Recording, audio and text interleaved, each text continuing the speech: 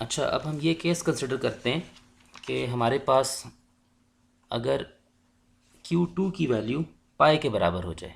ठीक है, हम कहते हैं हमारा ये केस हम कंसिडर कर रहे हैं Q2 की वैल्यू अगर पाई के बराबर हो जाए।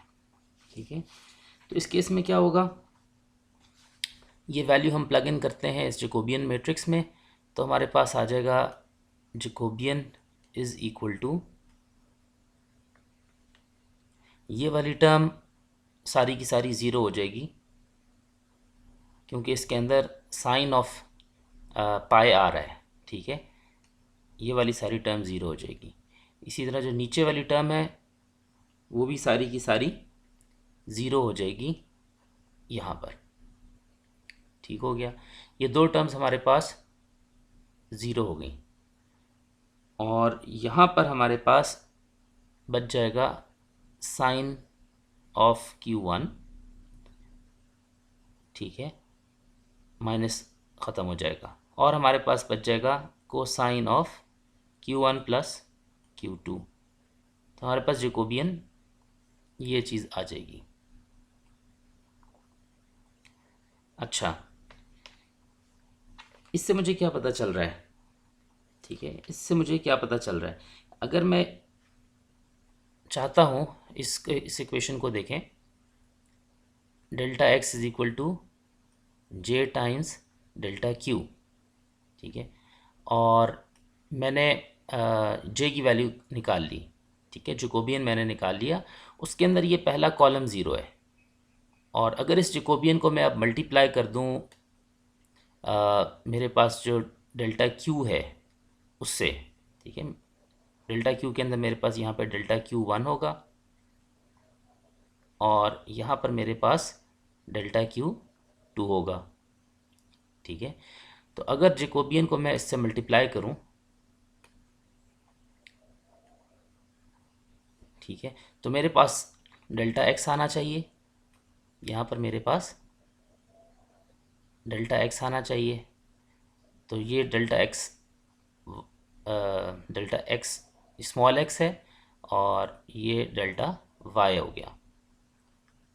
ठीक है, इस वक्त इससे कंफ्यूज नहीं करना कि हमने नोटेशन में यहाँ पे डेल्टा एक्स जो लिखा है वो इस वेक्टर के अंदर चेंज को रिप्रेजेंट कर रहा है, और इसके अंदर एक एक्स कंपोनेंट है और एक वाई कंपोनेंट है। एक्स कंपोनेंट और वाई कंपोनेंट ये एंड इफेक्टर की पोजीशन को रिप्रेजेंट कर रहे हैं। ठीक हो गया, लेकिन इस पूरे वेक्टर की रिप्रेजेंटेशन के लिए भी हमने एक्स यूज़ किया हुआ है। यहाँ पर जो डेल्टा एक्स आ रहा है ये इस वाले एक्स के अंदर चेंज है, और यहाँ पे जो डेल्टा वाई लिखा हुआ है ये इस वाले वाई के अंदर चेंज को रिप्रेजेंट कर रहा है, और ये पूरा वेक्टर ये कंप्लीट डेल्टा एक्स है जो हमने यहाँ पर लिखा हुआ है। तो delta X is equal to Jacobian multiplied by delta Q. Again delta Q के अंदर Q1 और Q2 के अंदर जो चेंजेस हैं वो हम यहाँ पर रिप्रेजेंट कर रहे हैं। ठीक है, अच्छा, अब अगर हम इसको मल्टीप्लाई करें और उसको सॉल्व करना चाहें, तो आप ये देखेंगे कि अब मैं Q1 के अंदर जो कुछ भी चेंज करूं, क्योंकि ये कॉलम ज़ीरो हो गया, और जब मैं मैट्रिसेस को मल्टीप्लाई करूंगा तो इसको चेंज करने से इसमें कोई चेंज नहीं आएगा। ठीक है, Q1 को चेंज करने से, सिर्फ Q1 को अगर मैं चेंज करूं तो मेरे पास इसके अंदर कोई चेंज नहीं आएगा। ठीक है, Q2 को मैंने कहा कि ये पाए है, Q2 पाए है। अच्छा, ये देखने में कैसा लगेगा, ये कन्फिग्रेशन देखने में कैसे नज़र आएगी उसको देख लेते हैं। ये कुछ इस तरह का रोबोट बनेगा, इसकी कन्फिग्रेशन। और इसके अंदर जो चीज़ नोट करने की है वो ये कि हमने Q2 को पाई के बराबर रख दिया है।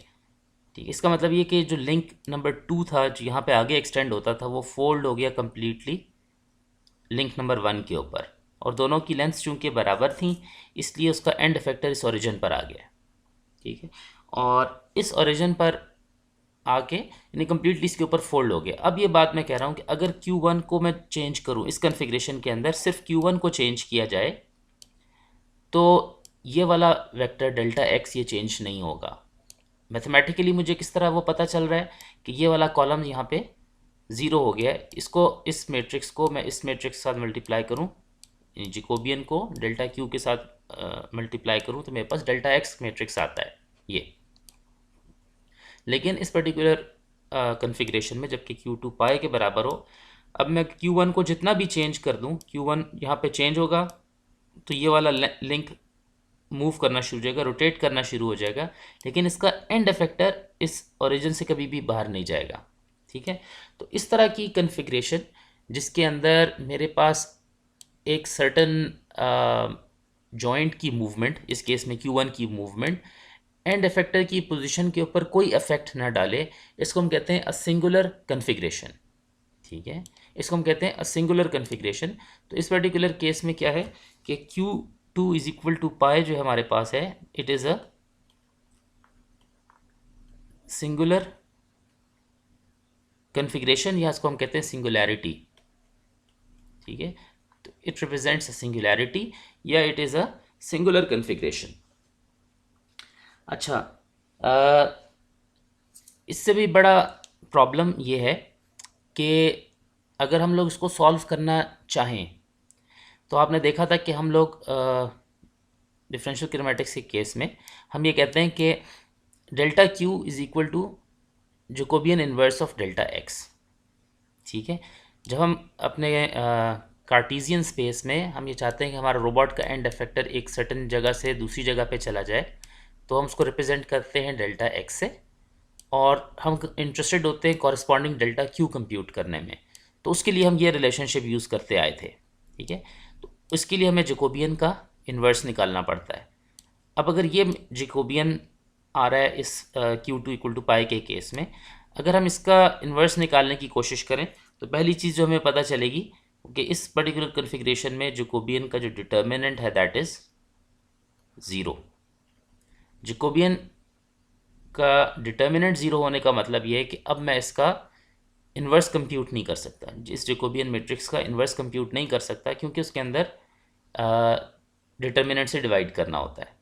ठीक है, तो अब इस जैकोबियन मैट्रिक्स का इन्वर्स निकालना पॉसिबल नहीं है, तो मैथमेटिकली एक प्रॉब्लम है। ठीक है, अगर फिर भी मैं कहूँ कि मैं ये जो एक इक्वेशन बन रही है, लेट से मैं कहता हूँ ये मेरे पास इक्वेशन ए है। ठीक है, ये रिलेशनशिप जो है ये ए है, अगर मैं इसको सॉल्व करने की कोशिश करूँ, ठीक है, और मैं इनको आपस में मल्टीप्लाई करूँ, इस जैकोबियन मैट्रिक्स को इसके साथ मल्टीप्लाई करूँ, तो मेरे पास कुछ इस तरह की इक्वेशंस मैं लिख सकता हूँ कि sine of Q1 times delta Q2 is equal to delta X, और मैं लिख सकता हूँ minus cosine of delta Q1 is equal to delta Y. ठीक है, और इन दोनों को अगर मैं सॉल्व करूं तो मैं लिख सकता हूं कि delta X over delta Y is equal to minus sine 1 divided by cosine 1 cosine of Q1। ठीक है, अब ये रिलेशनशिप मुझे क्या बता रहा है, ये रिलेशनशिप मुझे ये बता रहा है कि अगर मैं Q2 को पाई के बराबर रख दूं, अगर मैं Q2 के पाई के बराबर कर दूं, तो अब मेरे पास जो भी मोशन होगा वो कंस्ट्रेंड होगा, वो it has to obey this relationship. ठीक है, जो भी छोटा सा पॉसिबल मूवमेंट हो सकती है वो होगी अलोंग दिस टेंजेंशियल लाइन। ठीक है, इस लाइन के टेंजेंशियल हो सकती है। अगर मैं थोड़ा सा Q2 को चेंज करूँ पाई से, पाई के अबाउट थोड़ा सा चेंज करूँ, तो जो भी मूवमेंट होगी that would be in this direction along the tangent of this circular path. ठीक है, ये रिलेशनशिप मुझे ये बता रहा है। लेकिन इस पर्टिकुलर कन्फिग्रेशन में जबकि Q2 पाई के बराबर है, अब मैं Q1 को जितना भी चेंज कर लूँ मेरा एंड इफेक्टर अपनी जगह से नहीं हटेगा, तो this is called a singular configuration, this is called a singularity. और मैथमेटिकली इसकी निशानी क्या है कि आपके पास जैकोबियन का जो डिटर्मिनेंट है वो ज़ीरो के बराबर आ जाता है। तो हमारे पास मैथमेटिकली सॉल्व करते हुए जहाँ पे भी जैकोबियन का डिटर्मिनेंट ज़ीरो आ जाएगा, तो इसका मतलब ये होगा कि अब हम जैकोबियन इन्वर्स कंप्यूट नहीं कर सकते, और hence this means that this is a singular configuration. जैसे ही जैकोबियन का डिटर्मिनेंट जीरो आता है, हम स्ट्रेट अवे कह सकते हैं कि ये जो पर्टिकुलर जॉइंट एंगल्स हैं ये एक सिंगुलर कन्फिग्रेशन बता रहे हैं, ठीक है। और फिर हम देखते हैं कि वो सिंगुलर कन्फिग्रेशन किस जॉइंट एंगल की वजह से है, किसी एक की वजह से है, दो के कॉम्बिनेशन की वजह से है, या उसके पीछे रीज़न क्या है। लेकिन मैथमेटिकली ये चीज़ फ़ौरन पता चल जाती है कि हमारे पास एक सिंगुलर कन्फिग्रेशन आ गई है।